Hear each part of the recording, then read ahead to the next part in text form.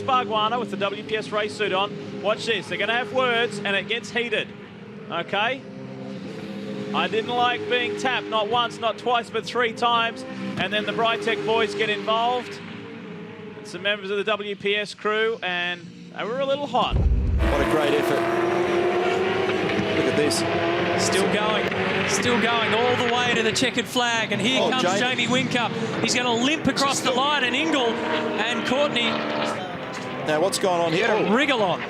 This isn't over yet. No, there's plenty of drama going on. There's obviously been some problems there with Whincup, but there's plenty of drama between Courtney and Ingle. I said before that they're mates, but in racing land, this is pretty wild. He's having a look at his mirrors. He's not happy, Russell.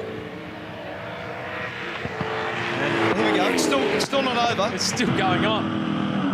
Oh, he's giving him a hit. That's 3, mate. Just have to slow right down. Lowndes has just laid a big smoky.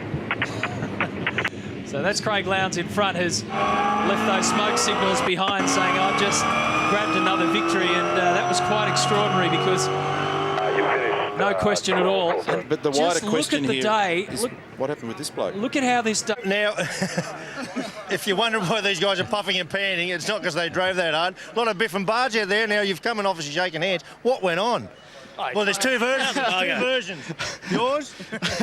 Well, I actually thought it was Tander. And yours?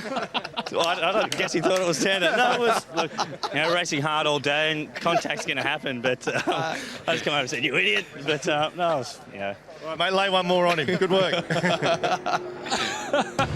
thought it was gone. Oh, it just kept going.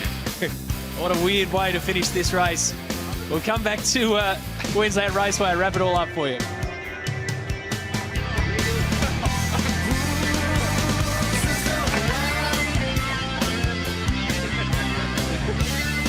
So he did 37 laps on the Dunlop soft tyre. There's always questions to be answered in this sport. I reckon the biggest question now is how many donuts has he got? Oh, he got the fence. A little love tap. Explain that one when you get back to the garage, Wilbur. Awesome stuff, buddy. Great work. I just accidentally hit the bloody concrete. It was alright. I couldn't see. Oh, that's great. It's actually shifted the wing over, so it's the whole boot lid's hard. Yeah, the whole boot lid's moved across. So it's moved the wing, moved the boot lid, damaged the left rear quarter. So he's just assigned them a couple of hours' work tonight. That won't be a popular move in the garage, that one. Great job, these guys today. They drove very, very well. Their car was sensational on both compound tyres. Fantastic bounce back for them. 1, 2, 4 cars also in the top 10. They have been the class of the field. Only little blemish, a little donut. Going to have a crash, it's better to have it on the other side of the checkered flag then, isn't it? Yeah. And slow. That's a good point. And 15 kilometres an hour. 16th career victory for Will. Well, that was the mistake in the grass, wasn't it? And then in the end, on our leaderboard, the actual gap is 0.5 per second. Yeah. Has he locked him in? Oh, no. That's an old trick where you park right up alongside and they can't get out. But actually won't be able to get out. Because you can't get out the left-hand side. He's done it on purpose, hasn't he? You have to. He's the last one to arrive, wasn't he?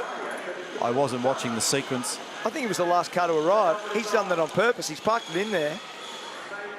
Well, Shane McGisberg, welcome to Virgin Australia Victory Lane. Is that one of the sweetest victories you've ever had? I hope you guys enjoyed that. That was one of the coolest races I've ever had. Woo! There was plenty going on. We had a piece of everything. And then right at the end, what was the move here? Blocking old mate in there so he couldn't get out of his car. I didn't even mean to do that, but whatever. That was so cool. Hopefully we can put on a good show tomorrow and hopefully Kiwi won too. Cheers.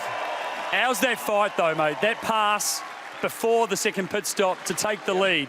Was that one of the most satisfying moves you've ever made? Yeah, that was cool. We were having a great battle with James Courtney as well, and the pass with Scotty, he jammed it up quite nice, and I just touched the back of him, but good respect through the last couple of corners side by side, and yeah, cleared him up over the hill. And off the road there, Hazelwood and Winterbottom. Where is that now?